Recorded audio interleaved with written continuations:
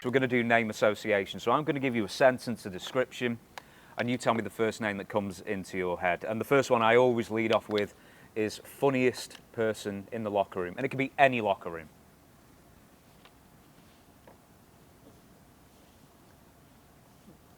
Jamie Dundee. Jamie Dundee is awesome, man. He is so fucking not. Dean would be second, believe it or not. Dry Dean Malenko has an incredible sense of humor, but Jamie Dundee is non-stop. Last man standing at the bar, in a drinking sense. Something like recently, people keep thinking I mean fighting, but no, Yeah, in a that's what drinking I sense, thought. yeah. Bradshaw or Farouk, Ron Simmons. The one night somewhere in Texas, we went to some bar, me, him, and Dean and Ron, and there was the people that drill for oil. They were there after work, and I think they broke them guys buying them guys drinks all night. You know, yeah, they can drink. So they struck oil then in the end. Yeah, they can. Them two could drink, man. Next one, craziest thing you saw on an overseas tour.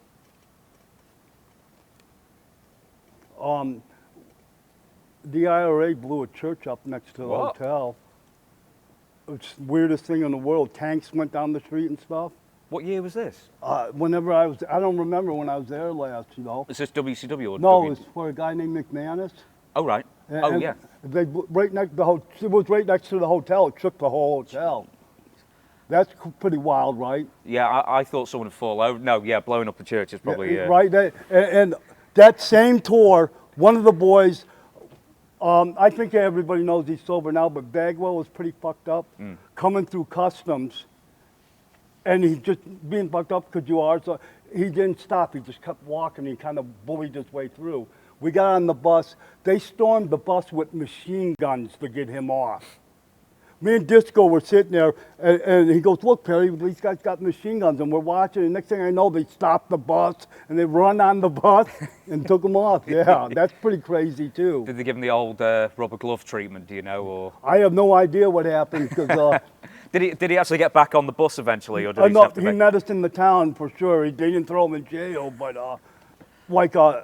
he was, unfortunately, all of us drug addicts will sooner or later lose the upper hand, and he had lost the upper hand. It was like 8 in the morning, so obvious that he couldn't function, you know, and it's just, it happens to all of us. You start off thinking you got it, and for a while you do, and I used to always say I was a functioning addict. Eventually you're not. Yeah. So. Next one is, I'm going to skip those two. You don't have to give the number, but the biggest single payoff for an event. I made 6 figures for a video game.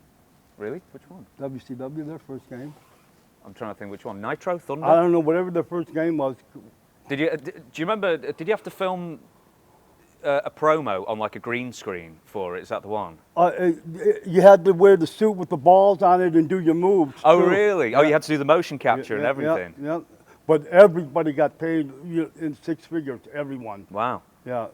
So, I'm trying to think, that's got to be Thunder. That's got to be Whatever Thunder the first Nitro, game was, because I didn't know anything about him or anything, you know. And with the motion capture, did everyone have to do it? Or was it just you and a couple of others? What I think Canyon did most of them for everybody. A couple of us were there for something and did them, participated. But I think Canyon would have done everybody's, you know, because that was kind of his deal. He did shit like that for the company all the time, you know. Like he was the stunt double for the movie, Ready to Rumble, you know, and... we're going to go to... People are starting to hate when I ask this question, but I still ask it every time. Smelliest wrestler? Bubba Dudley. I'll move on. Most dangerous situation you ever found yourself in? I'm talking like with fans, you know, in a wrestling setting, but, you know, the fans trying to attack you or something like that. We did a show in Chicago, ECW, and what was it, AAA, right? That was the Mexican wrestling. Yeah. So an ECW AAA show, and it was me and John against Public Enemy, I think, and we went up into the crowd. They jumped us. All 4 of us. We had to fight for our lives to get out of there. Were you the good guys or the bad guys in the match? Or did it not matter? Yeah, I think Public Enemy was probably the baby Yeah. face. But it didn't matter. They jumped on all four of us.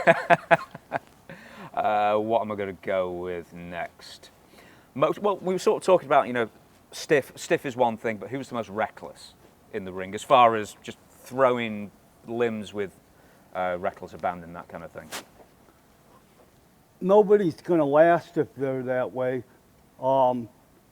Sometimes, God, I hate to say it because he's my friend, and he's a great, great worker, but sometimes Paige gets a little worked up, and he does that spinning clothesline. He would hit me in the fucking face every night, and I said, Dallas, can you please stop trying to hurt me? And he goes, I can't hurt you. I go, well, stop fucking trying. And it was just because Dallas, it was the perfect employee. He loved his job. He did what you needed him to do, but he would get a little worked up, you know. Yeah. And yeah, every night he'd spin and hit me in the face with that fucking clothesline. With Dallas, right? I'm sure I must have asked him at some point. I can't remember, but some people say he scripted all his matches out like fact you at 3 in the morning. Did he do that with you?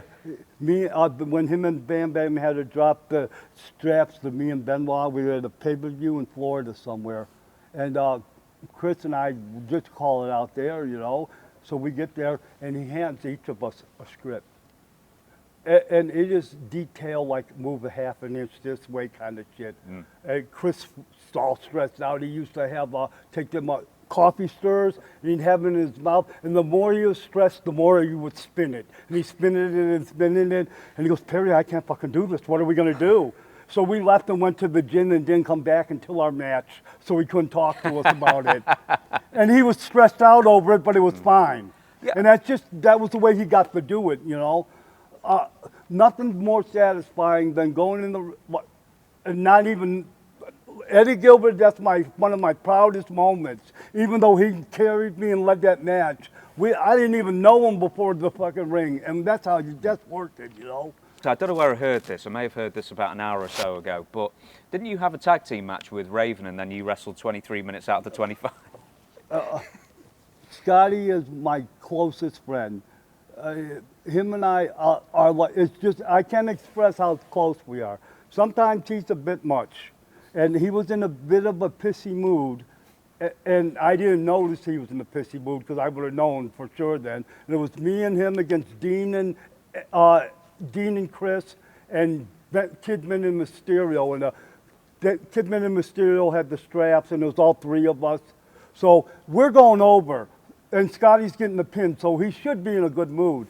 He was in a pissy mood. It was a 25-minute match, and I was in the ring 23 minutes. At one point, it's going to sound ridiculous, but I tagged him before I could get out of the ring. He tagged me back in. And he was just in a pissy mood and didn't want to do anything. What was the finish to it? Did he got the pin, so? Dean put the cloverleaf on me, and he DDT'd Benoit, because we already eliminated Kidman and Mysterio, and the referee did the cover while I had the cloverleaf, so there could be controversy, you know, that's who we ran with then. But, you know, he went over clean with the DDT, so. Right, where am I going to go to? And if you to bring that up to him now, he'll laugh about it for sure. I was going to say, he's here. Scotty's deal is, this is my way I came up with for describing his attitude. If one of the boys tell him, well, here, I'm going to give you a power bomb, he'll go, well, why don't you arm drag me and I'll sell it like a power bomb. And that's Scotty. And he's fucking excellent in the ring, great psychology and stuff. But if he gets in the mood, and I know I've been with them many nights where, you know, mad as fuck at each other, you know, because we were together all the time. Especially in WCW, we worked, you know, like 40, 50 days in a row, and just so you can't help but get mad at people, you know, and. With a, was it on? It's not like an on. It's like you're married to the person, yeah, isn't it? Yeah, for sure. Yeah. There's years that I spent more time with him or Dean Malenko than I did my family, you know, because we were just together all the time. These are going to be a couple of quick fire ones. Who's the worst abuser of spray tan or baby oil? Fuck, I got somebody in mind. Who was it? I can't. I think the girls use the spray tan. I don't think the boys use that. Oh, what was it? Icy hot or something? Icy like that, hot, yeah, a bunch of us use that.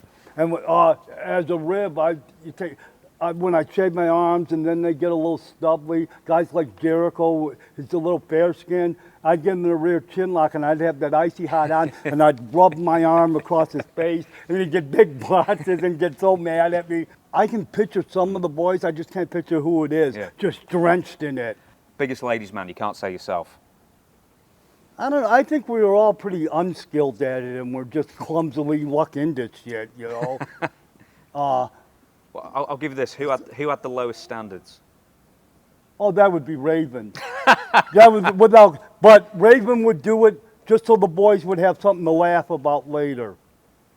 There was a situation in a Waffle House bathroom somewhere in Tennessee that this lady barely looked human. And he did it just so the boys would all laugh about it the next day. So Scotty would do shit like that just to be funny, for sure. Just to get an anecdote Yeah, out of it. for sure. This is a quick one. Loudest spot caller. Oh, fuck, I don't know. It could be me, because I've got yelled at a couple times for that. Because when I get, the more aggravated I get, I think the louder I get. Worst driver. They're going to say me. Okay, second worst driver. I lived in New York for a while, and they're extremely aggressive there. And that's where you learn. And so they would argue, I didn't know it at the time, but Benoit and them would argue on who had to sit in the front seat with me. And I would always drive in New York. Benoit would get out soaked in sweat because I tailgate everyone. I'm, cutting in and out, and that's just how they drive there. So I'm sure that every one of them would say I'm the worst driver. And I've caused a 10-car pileup on the highway. What? Because I locked up my brakes on a guy when he flipped me off, and I got in front of him and locked up my brakes. Went to beat him up, and his wife was crying, so I felt bad, and then all the accidents happened. The strangest sights you witnessed at the Philly Travel Lodge. Maybe our second time there. The floor, it's a circle. It's a big circle, and you walk around the circle to get to your rooms. That's just how it's set up. We get on our floor, and right off the elevator to the room, the door's removed. The windows are busted out, and there's police tape on the door. The day before, they had a killing in the room, and they shot out the windows. Joe Sabu told me a really similar story. They gave him a room in the Philly Lodge, right, and he walked in, and there was still the chalk outline of the guy who died yesterday. Yeah, for sure. That place was a rough place to be, yeah. And he was like, they won't even let me, he wanted to stay in the room just because it'd be interesting. I mean, maybe meet his ghost or something like that. He would be there the time I'm talking about, too. The windows were shot out, and they still had the police tape on the door. So, yeah, that Travel Lodge was an interesting place. An interesting place.